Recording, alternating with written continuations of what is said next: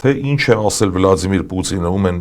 ի նկատի ունեցել, ես չգիտեմ անկեղծ ասած, այդ մասը չեմ մեկնաբանի, որովհետև այն ինչը չգիտեմ չեմ մեկնաբանի։ Եկեք խոսենք փաստերով։ Երբ որ օրինակ Նիկոլ Փաշինյանը վերադարձավ Ռուսաստանի Դաշնությունից, դուք նկատած կլինեք, որ մեր հանրության որոշակի անդամներ, որոշակի շերտեր, ասում են, ինչ լավ գազ տվեցիր Պուտինին, չէ՞, նման արտահայտություն են անում։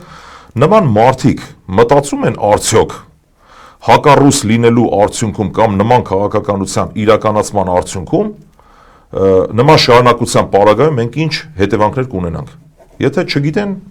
լուսավոր եմ, մի քանի թվերով ընդամենը։ Բացի այն, որ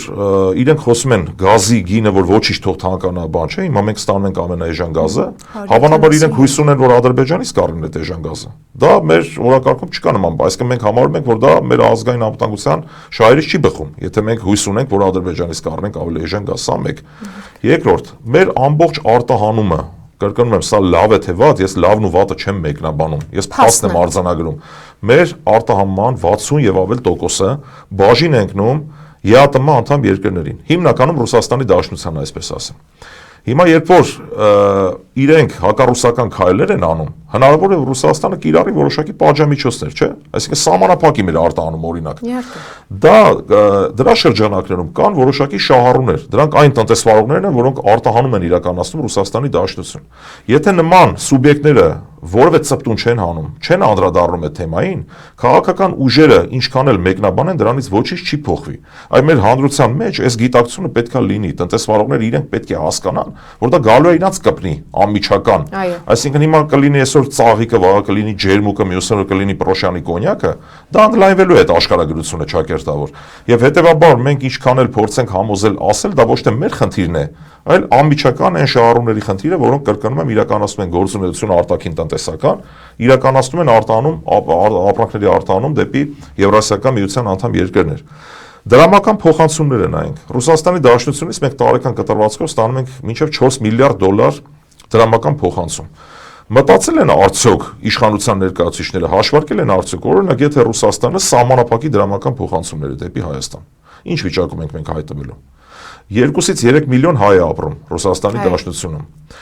Մենք չունենք այն մրցունակ ապրանքը, որ կարողանանք Եվրամիության անդամ երկրներ։ Եթե իրենք համարում են, որ այլընտրանքը Եվրամիությունն է, փորձեմ այստեղ էլ լուսավորեմ, էլի թվերով եւ փաստերով, 4 թվերով, ոչ լավ, ոչ վատ։ Իրենք պետական բյուջեից ֆինանսավորում են բոլոր այն տնտեսվարող սուբյեկտներին, որոնք իրենց արտադրանքը կարտահանեն Եվրամիության երկրներ։ Այսինքն գումար են վճարում, ինձ մյուսին ասում են Ֆարմանյան Հայկ, եթե դու քո արտադրանքը արտահանես Եվրոպա, Ֆրանսիա, մենք քեզ կվճարենք այն գումարը, որը որ դու մաքսատուրքի տեսքով պետք է վճարեիր Ֆրանսիայում։ Բայց թվերով, երբ որ նայում ենք 2-ից մինչև 4 միլիարդ դոլար վերջին 1 տարում, երբ որ այդ որոշումը ընդունվել է կառավարության կողմից, բյուջեից գումար է տրվել, այնինչ արտահանման ծավալները կրճատվել են շուրջ 20%-ով։ Այսինքն մենք դրական էֆեկտ չունենք ստեղ, ընդհանրապես ունենք բյուջեի գումարների վատման փաստ։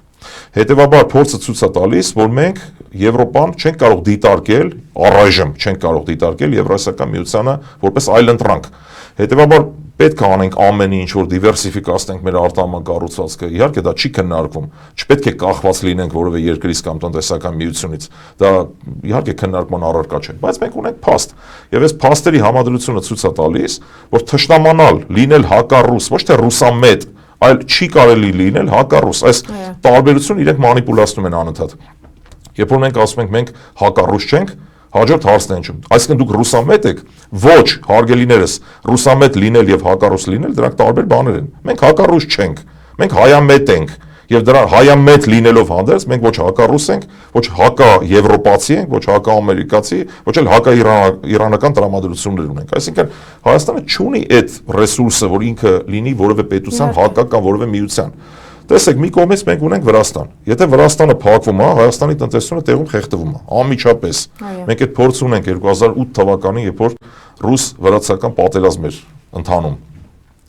Մենք հարևան Իրանի հետ իրավունք չունենք թշնամանալու։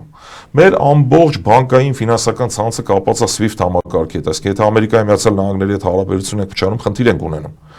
Եվրոպայում ունենք, Եվրոպայի հետ ունենք սերտ կապեր։ Իհարկե, այս հավասարակշռված քաղաքականությունը բխում է մեր շահերից, անմիջական։